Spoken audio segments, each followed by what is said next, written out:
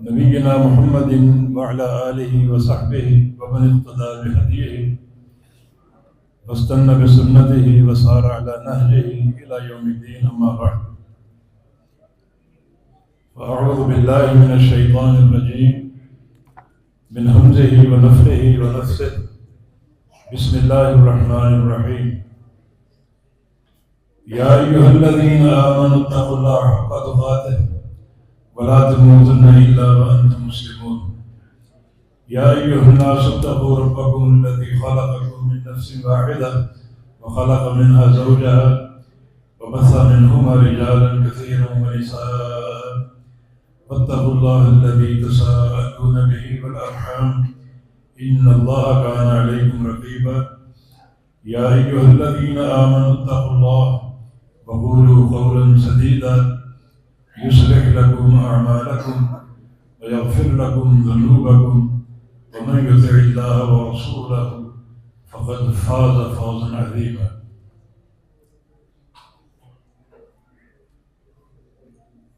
محترم المقام فضيلة الشيخ ابراہیم بھٹی حفظہ اللہ تعالی اس عظیم ادارے کے بانی، مؤسس اور رئیس،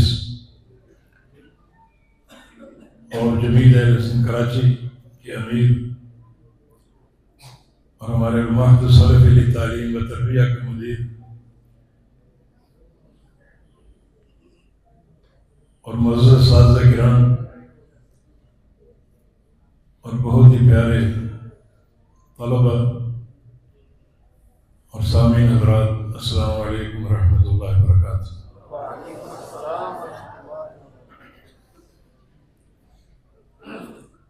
اس وقت یہاں ہمارے نونہالان اور یہ بچے طلبہ موجود ہیں جو طلب علم کے لیے وقف ہے، اور کچھ چہرے اہل خیر حضرات کے بھی نظر آ رہے ہیں جن کو اللہ تعالیٰ نے تجارت کے شرف سے نوازا ہے۔ تو اختصار مطلوب ہے، ایک حدیث ذہن میں آ رہی ہے جس میں دونوں طبقوں کے لیے ایک پیغام ہے رسول اللہ صلی اللہ علیہ وسلم کی طرف سے۔ جامع ترمذی کی حدیث ہے اور اس کے راوی خادم رسول انس بن مالک رضی اللہ تعالیٰ عنہ فرماتے ہیں کہ کان اخوان علی عہد رسول اللہ صلی اللہ علیہ وسلم، رسول اللہ صلی اللہ علیہ وسلم کے دور میں دو بھائی تھے، احدہما یحترف والآخر یلازم النبی صلی اللہ علیہ وسلم۔ ان میں سے ایک بھائی اپنا کاروبار دیکھتا تھا، یحترف یعنی یعمل فی حرفته، جو بھی اس کی تجارت ہو، یا کوئی باغ ہو، یا کوئی مویشی ہو، یا کوئی صنعت ہو، اس میں وہ بیٹھ کر کام کرتا تھا اور روزی کماتا تھا۔ دوسرا بھائی صبح کو اٹھتا اور نبی علیہ السلام کی مجلس میں پہنچ جاتا اور سارا دن نبی علیہ السلام کی خدمت میں موجود رہ کر گزارتا، آپ سے دین سیکھتا، احادیث کا سماع کرتا، اور جو وحی اس دن اترتی وہ بھی سنتا اور اس سے اپنا قلب منور کرتا، اور شام کو گھر لوٹ جاتا۔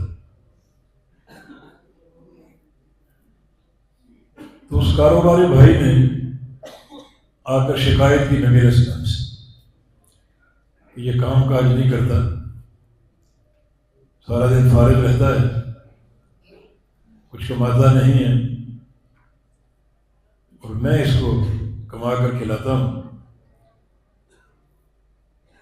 تو اس سے کہیے یہ کچھ کام کاج بھی کریں۔ رسول اللہ صلی اللہ علیہ وسلم نے ارشاد فرمایا لعلک ترزق بہ، کہ تم جو روزی کما رہے ہو سکتا ہے اپنے اس بھائی کی برکت سے کما رہے ہو۔ یہ پوری حدیث ہے، اس میں ایک پیغام ہے طلبۃ العلم کے لیے بھی اور اہل ثروت اہل خیر حضرات کے لیے بھی۔ طلبۃ العلم کا کام علم حاصل کرنا اور علم کے لیے وقف ہو جانا، اور جو علم کی زینت ہے اس سے مزین رہنا۔ امام مالک رحمہ اللہ کا قول ہے لیس العلم بکثرت المسائل وانما العلم خشیۃ اللہ، کہ اے طلبہ، علم کثرت مسائل کا نام نہیں ہے بلکہ علم اللہ تعالیٰ کی خشیت کا نام ہے۔ یہاں آپ کو ایک روحانی ماحول میسر ہے، اساتذہ کرام کی رفاقت آپ کو حاصل ہے،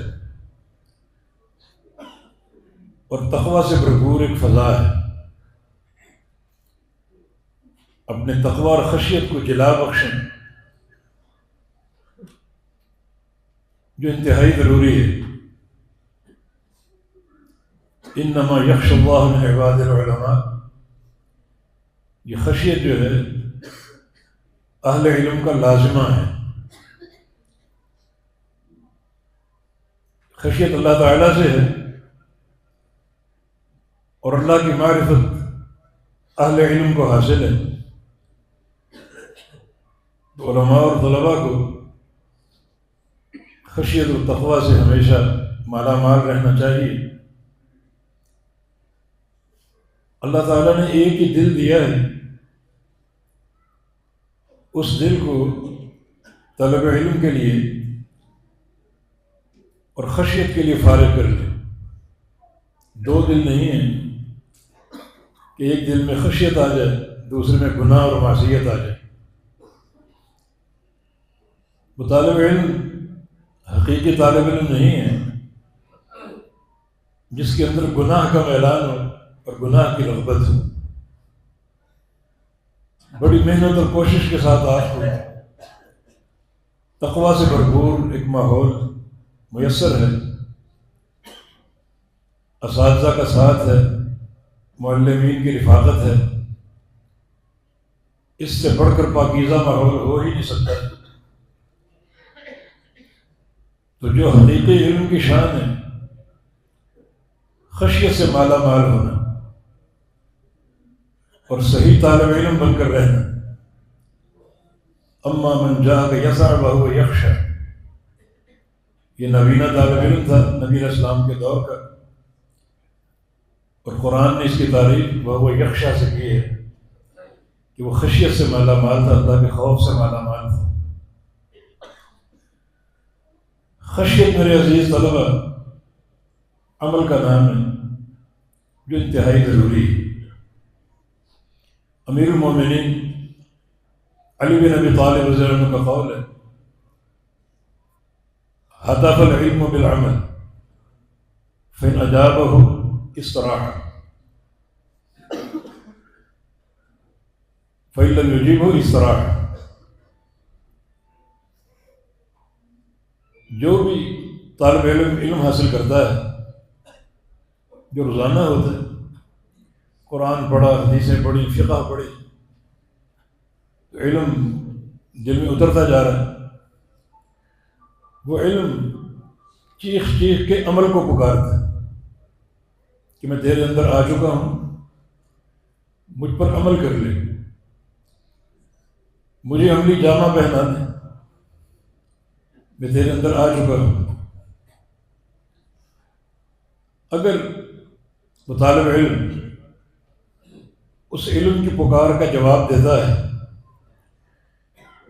تو علم اس کے اندر بسیرا کر لیتا ہے، مضبوطی سے بیٹھ جاتا ہے اور پھر وہ طالب علم کو بھولتا نہیں۔ محدثین یہ بھی ایک منہج تھا کہ جو حدیث پڑھتے جب تک اس پر عمل نہ ہوتا اس کو غیر محفوظ سمجھتے، عمل ہو جاتا تو سمجھتے اب یہ محفوظ ہو چکی، پکی ہو چکی، اب کبھی بھولیں گے نہیں اسے۔ تو علم پکارتا ہے طالب علم کو کہ میں تیرے اندر آ چکا ہوں، قرآن کی تفسیر کی صورت میں، نبی علیہ السلام کی حدیث کی صورت میں، فقہی مسائل کی صورت میں، مجھ پر عمل کر لے۔ اگر وہ علم کی پکار پہ لبیک کہتا ہے، عمل کر لیتا ہے، وہ علم محفوظ ہو جاتا ہے۔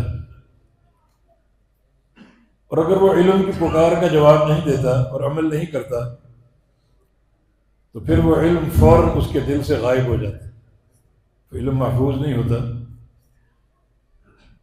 طالب علم نے محنت تو کی، وقت بھی دیا، 6 سال کا نصاب بھی پڑھا، لیکن زیور علم سے آراستہ نہیں ہے اور عمل نہیں کیا تو ادارے سے فارغ ہوگا علم کو بھلا کر، جیسا آیا ویسا چلا گیا۔ اس کا علم کمرہ امتحان تک ہے، رٹا لگا لیا، کچھ لکھ لیا، پیپر دے کر باہر نکلا، سب کچھ بھول چکا۔ عزیز طلبہ، یہ بھولنا اور نسیان بڑا مہلک مرض ہے۔ اللہ تعالیٰ علم دیتا ہے، قرآن کا، تفسیر کا، حدیث کا، بہت بڑا اس کا عطیہ اور تحفہ ہے، بہت بڑا انعام، اور بھلا دینا بہت بڑا عذاب اور وبال۔ صحیح بخاری میں ایک طویل حدیث ہے، سمرہ بن جندب رضی اللہ عنہ کی روایت سے، اس میں نبی علیہ السلام کے طویل خواب کا ذکر، بڑے جو بخاری شریف کے پیپر، اس میں 2-3 صفحات کی وہ حدیث ہے، اس میں عالم برزخ کے کچھ واقعات ہیں، کچھ مشاہد ہیں۔ ایک مشہد یہ ہے کہ قبر میں ایک شخص الٹا لیٹا ہوا ہے اور اس کے سر پہ فرشتہ سوار ہے اور اس کے ہاتھ میں ایک پتھر ہے چٹان نما جو اس کے سر پہ مارتا ہے اور سر کچلا جاتا ہے، اور پتھر دوبارہ ایک بال کی طرح اس کے ہاتھ میں واپس پہنچ جاتا ہے اور سر دوبارہ جڑ جاتا ہے، اور پھر وہ پتھر اس پر برساتا ہے اور پھر سر اس کا باش باش ہو جاتا ہے۔ نبی علیہ السلام خواب میں یہ منظر دیکھ رہے ہیں، جبریل ساتھ تھے، فرمایا کہ یہ سلوک اس کے ساتھ قیامت تک ہوتا رہے گا۔ وَمِن وَرَائِهِمْ بَرْزَخٌ إِلَىٰ يَوْمِ يُبْعَثُونَ، یہ برزخ کا جہاں قیامت تک ہے۔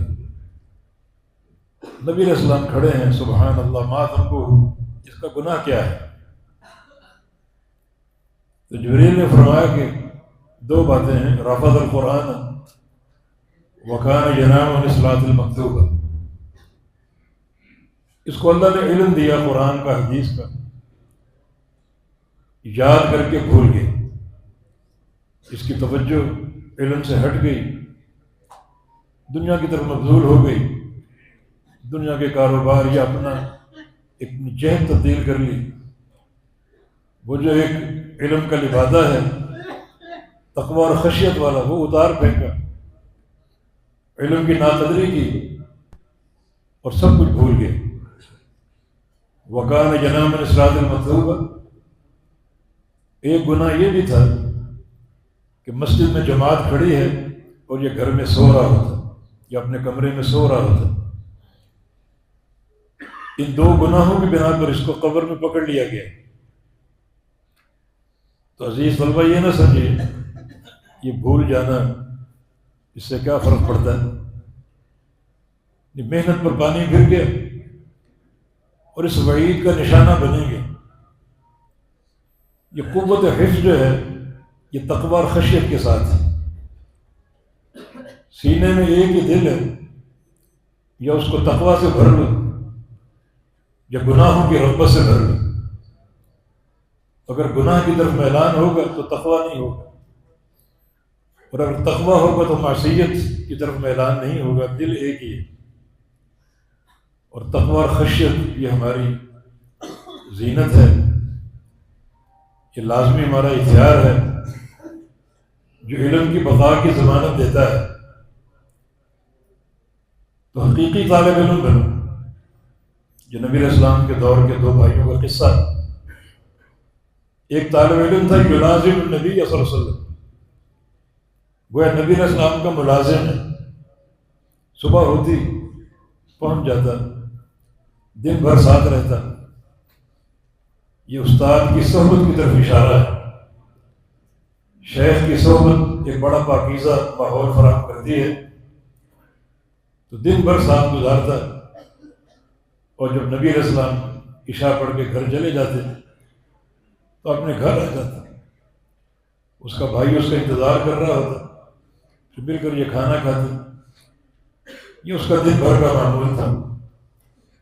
تو بھائی نے شکایت کی اپنے اس بھائی کی جو طالب علم تھا اور ملازمت کے منہج پر قائم تھا، ان شیخ کو لازمی پکڑ لینا اور یہ وقت شیخ کی صحبت میں گزارنا بہت بڑی یہ سعادت ہے۔ ہمارے سامنے دو انبیاء کا اسوہ ہے، انہیں اختیار کرنا چاہیے۔ دونوں انبیاء کی پرورش جاہلیت کے دور میں ہوئی۔ ایک محمد رسول اللہ علیہ وسلم 40 سال جس ماحول میں گزارے وہ جاہلی معاشرہ تھا،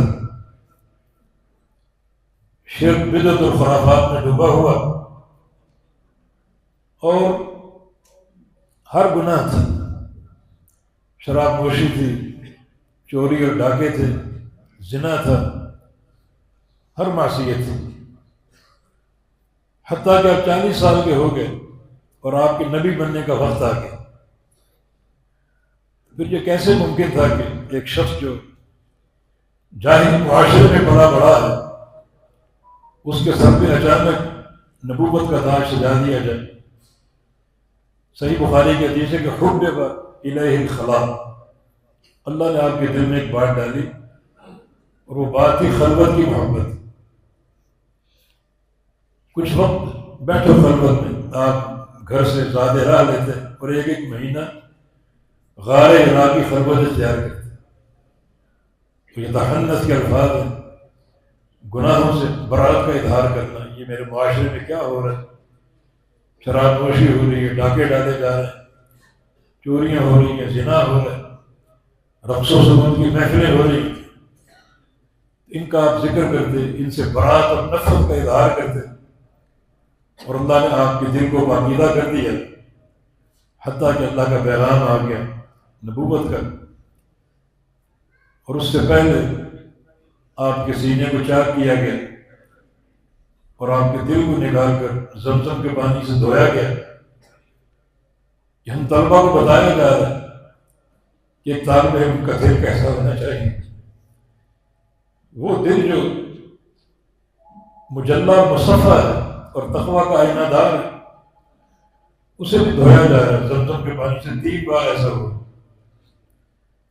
تو بالکل ستھرے دل کے ساتھ اس علم کے ماحول میں آئیے۔ ایک نبی کا اسوہ خلوت کی صورت میں کچھ وقت نکالنا چاہیے ہمیں ان 24 گھنٹوں میں۔ کچھ وقت ہم تنہائی میں بیٹھیں، فجر سے قبل یا جو بھی گھڑی اللہ تعالیٰ مرحم کا فرما دے۔ رجل ذکر اللہ خالیا ففاضت عیناہ، جو بندہ تنہائی میں بیٹھے اللہ کا ذکر کرے اور اس کی آنکھوں سے آنسو جاری ہو جائے، اللہ اسے قیامت کے دن اپنے عرش کا سایہ عطا فرمائے گا۔ دوسرا اسوہ موسیٰ علیہ السلام کا، ان کی پرورش فرعون کے محل میں ہوئی تھی، اور وہ بھی ایک جاہلی معاشرہ تھا۔ جب ان کا بھی وقت آیا نبوت سے سرفرازی کا، اللہ نے اسباب بنا دیے، مصر سے بھاگے، مدین پہنچ گئے، اور شعیب علیہ السلام کی صحبت میں 10 سال گزارے. وہ اس وقت خلوت کا ہے، یہ اس وقت صحبت کا ہے. 10 سال ان کی صحبت میں رہے اور بالکل ایک تربیت اور تصفیہ اور تربیہ سے مالا مال ہو کر وہاں سے نکلے تو پیغام نبوت آ گئی. پاکیزہ ماحول، یہ پاکیزگی ہم سب کو حاصل ہونی چاہیے. حقیقی طالب علم بن جاؤ. حافظ عبد البر نے عبداللہ مبارک کا قول نقل کیا ہے، ایک طالب علم کی مراحل کو طے کرے. اول العلم النیہ، 6 باتیں ہیں. علم کا پہلا مرحلہ اخلاص نیت ہے. نیتوں میں اخلاص پیدا کر لیجیے. اور علم میں جو اخلاص نیت ہے وہ 4 چیزیں ہیں. ایک طالب علم اللہ کی رضا کے لیے، کوئی دنیا کا تمام مقصود نہیں ہے. اور دوسرا طالب علم عمل کرنے کے لیے، وہی بات جب علم اندر آتا ہے تو عمل کو پکارتا رہتا ہے.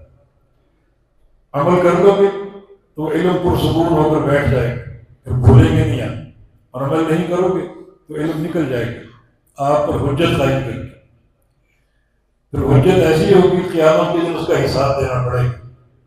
حضرت قیم نے لکھا ہے کہ جو جاہل ہے علم سے اور جو عالم ہے لیکن عمل نہیں کرتا، تو عمل نہ کرنے والا عالم زیادہ خطرناک ہے. جاہل نے علم تو نہیں لیا، کوئی حجت تو قائم نہیں ہوگی اس کو، لیکن اس عالم پر عمل کی حجت قائم ہے، علم کی حجت قائم ہے. تو اس کا مواخذہ سخت اور کڑا ہو. جاہل معذور قرار دے کر معاف کیا جا سکتا، وہ ایک الگ بات ہے. اور پھر طالب علم کی نیت آگے پہنچانے کی ہے، جیسا کہ عبداللہ مبارک کے قول میں آ رہا ہے. تو پہلا مرحلہ اخلاص نیت کا ہے. ثم الاستماع، پھر علم کو سننا اپنے مشائخ سے، وہی ان کی صحبت میں بیٹھنا بڑے صبر کے ساتھ. ایک مسئلہ سننے کے لیے شیخ کے پاس بیٹھنا اتنا افضل ہے کہ فرشتے اپنے سائے میں لے لیتے ہیں ایک مسئلے کی خاطر. اور فرشتے کتنے ہوتے ہیں؟ زمین سے آسمان تک پہنچے ہوئے ہوتے ہیں. اور جو طالب علم 6 سال 8 سال مدرسے میں گزارتا ہے اپنے اساتذہ کی صحبت میں، کیا ان کا شرف ہوگا، کیا ان کو ملائکہ کا قرب حاصل ہوگا. دن رات ملائکہ کی 3 دعائیں، اللہم اغفر لہ، اللہم ارحمہ، اللہم تب علیہ. یا اللہ اس کو بخش دے، اس پر رحم فرما، اس کی توبہ قبول کر لے. دن رات یہ دعائیں اس کو مل رہی ہیں. تو استماع یہ دوسرا مرحلہ ہے. اور ثم الفہم، اس علم کو سمجھنا جو علم کا لازمی ہے، اثاثہ ہے. من یرد اللہ بخیر یفقہہ فی الدین، اللہ جس کے ساتھ بھلائی کا فیصلہ فرما لے اس کو دین کی سمجھ دیتا ہے. سمجھ ہونی چاہیے. آج جس معاشرے میں رہتے ہیں علم کی سمجھ نہیں ہے.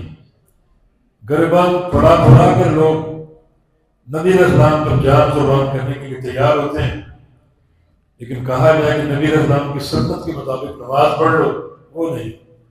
نماز اپنے باپ دادا کی، باقی نبی پر جان بھی قربان ہے، مال بھی قربان ہے، سب کچھ قربان ہے. یہ فہم کی کمی ہے. اصل فہم تو آپ کی سنت پر عمل ہے، جو اصل اس دین کا ایک لازمی ایک مرکزیت ہے. نبی آتا ہے اپنی اطاعت کا جھنڈا گاڑنے کے لیے، اطاعت کا ڈنکا بجانے کے لیے. وہ اگر نہ ہو تو باقی جو مرضی کرتے رہیں، گریبان پھاڑ کے جانے قربان کریں، قصیدے کہیں، نعت گوئی کریں، چہرے کا حسن بیان کریں، سرفیں بیان کریں، کالی کملی کا ذکر کریں، کسی چیز کا کوئی فائدہ نہیں جب تک آپ کی اطاعت نہ ہو. اور یہ فہم. ثم الحفظ، پھر ایک مرحلہ حفظ کا بھی ہے. اور ثم العمل، پھر عمل ہے. اور ثم النشر، پھر علم کو آگے نشر کرنا، آگے اس کی دعوت دینا اور آگے تبلیغ کا کام کرنا، آگے پہنچا دینا. یہ سارے مرحلے میرے عزیز بھائی بڑے صبر سے طے کرو حتیٰ کہ نشر کے مقام تک پہنچو. جو بچے فارغ ہو رہے ہیں الحمدللہ میدان عمل میں آئیں گے اور نشر کی ذمہ داری سنبھالیں۔ آج افسوس یہ ہے کہ سارے مرحلے غائب ہیں، نہ اجتماع ہے، نہ فہم ہے، نہ حفظ ہے، نہ عمل ہے۔ سیدھا بندہ نشر پر بیٹھا ہے، ٹی وی کی اسکرین پر یا کسی بھی جگہ، چند لڑکے یا چند لوگ سامنے بیٹھے ہیں، چند خواتین ان جھمگڑی میں بیٹھ کر وہ علم نشر کر رہے ہیں، مگر پہلی بنیادیں غائب ہیں، نہ سعادت اجتماع ہے، نہ کوئی سند ہے، نہ کوئی اجازت ہے، اور نہ ہی علم کا فہم ہے، نہ حفظ ہے، نہ عمل ہے، اور نشر پر دلے ہوئے، بیان پر دلے ہوئے۔ اور یہ وہ دعات ہیں جو امت کی بربادی کا باعث ہے اور ظلموں کا آئینہ دار ہے۔ یہ ذمہ داری پوری کیجیے۔ پھر دوسری ذمہ داری اگلے طبقے کی ہے، جن کے بارے میں نبی نے فرمایا کہ اللہ کا ترزق ہو رہی کہ اہل خیر حضرات، اے مالدار لوگوں، شاید تمہارا رزق ان طلبہ کی برکت سے ہے۔ اگر تم ان کے ساتھ بیٹھو، ان کے معاملات کو سنو اور سمجھو، اور اپنی تجوری کا رخ ان کی طرف کھول دو، تو اللہ تعالیٰ تمہیں اور نوازے گا۔ اللہ دیکھے گا میرا بندہ وہ کام کر رہا جو میں کرتا ہوں، خرچ کرنا میرا کام ہے، سخاوت اور فریادی میرا کام ہے، اور یہ بندہ میرا کام کر رہا ہے، تو اللہ کہتے چھوڑے گا میرا بندہ تو خرچ کرے اور میں روک لوں، اللہ اور دے گا، یخلف، اللہ اور اس کی جو برکتیں دے گا اور نوازے گا۔ نبی علیہ السلام کا منہج بھی یہی تھا، فرمایا کہ ابغونی فی ضعفائکم، مجھے تلاش کرو کمزور لوگوں، مالداروں میں نہیں، کمزور لوگوں۔ وہ کمزور لوگ کون تھے؟ اس کا پہلا مصداق کون ہے؟ اصحاب صفا کے طالب علم۔ ان کمزوروں میں تلاش کرو مجھے، ان کے ساتھ بیٹھنا، ان کے امور کا جائزہ لینا، انہیں کھلانا اور پلانا۔ احادیث میں نبی علیہ السلام کے ایک برتن کا ذکر ہے جس کو 4 آدمی اٹھایا کرتے تھے۔ اب برتن کتنا بڑا ہوگا، اس میں کتنا کھانا آتا ہوگا۔ اکثر پیارے پیغمبر صلی اللہ علیہ وسلم فجر کی نماز کے بعد ایک ناشتہ اس میں تیار کرتے اور مسجد نبی کے صحن میں اصحاب صفا ان طلبہ کو جمع کرتے، بیٹھ کر کھاتے، ایک بڑے برتن میں۔ ابغونی فی ضعفائکم، مجھے ان ضعفاء میں تلاش کرو۔ یہ ضعفاء کو بدن کے کمزور نہیں تھے، مالی کمزوری تھی، مال کے کمزور تھے، مگر طلب علم کی رغبت تھی۔ آگے چل کے اصحاب صفا کوئی مصر کا فاتح بنا، کوئی عراق کا فاتح بنا، بڑے بڑے مجاہد تھے اور بڑے بڑے حربی فنون کے ماہر تھے اور بڑے بڑے اہل فضل لوگ تھے، مگر مالی کمزوری تھی، تو ان کی تربیت بھی ہوئی، کفالت بھی ہوئی۔ پھر آگے چل کے یہی لوگ کو مجاہد بن گیا، اور کوئی وقت کا قاضی بن گیا، کوئی وقت کا حاکم بن گیا۔ رسول اللہ صلی اللہ علیہ وسلم کا ایک اور فرمان ہے کہ انما تنصرون وترزقون بضعفائکم بدعوۃ واخلاص ودعاء وصلاۃ، کہ تم لوگ رزق کیے جاتے ہو، مدد کیے جاتے ہو اپنے کمزوروں کی برکت سے۔ کمزوروں کا خیال رکھو گے، ان کی نگرانی کرو گے، ان کی کفالت کرو گے، 2 نعمتیں ملیں گی، مدد بھی اللہ کرے گا، رزق بھی دے گا۔ اور یہ رزق ان کے اخلاص کی برکت سے، ان کی دعاؤں کی برکت سے، ان کی نمازوں کی برکت سے۔ تو یہ چند باتیں ہم نے عرض کر دی، وقت کی اصل میں قلت ہے، مجھے ایک جگہ پہنچنا ہے۔ تو ایک کردار طلبہ کا بھی سامنے آ رہا ہے اور اہل خیر حضرات کے بھی سامنے آ رہا ہے، ادارے کی کارکردگی آپ کے سامنے ہے، چند ہیرے ہم نے سنے، ان کے خطابات ہم نے سنے، اردو میں، انگلش میں، عربی میں، اور دل باغ باغ ہو گیا۔ یقیناً یہ ادارے اس قابل ہے کہ ان کی آبیاری کی جائے، تاکہ یہ علم، اس کی بنیاد مضبوط ہو، آگے پھیلے پھولے، عمل عام ہو اور صدقہ جاریہ بن جائے، علماء کے لیے بھی، طلباء کے لیے بھی، اور اہل خیر اللہ کی۔ بارک اللہ فیکم، اقول قولی ھذا واستغفر اللہ لی ولکم، وآخر دعوانا الحمد للہ رب العالمین۔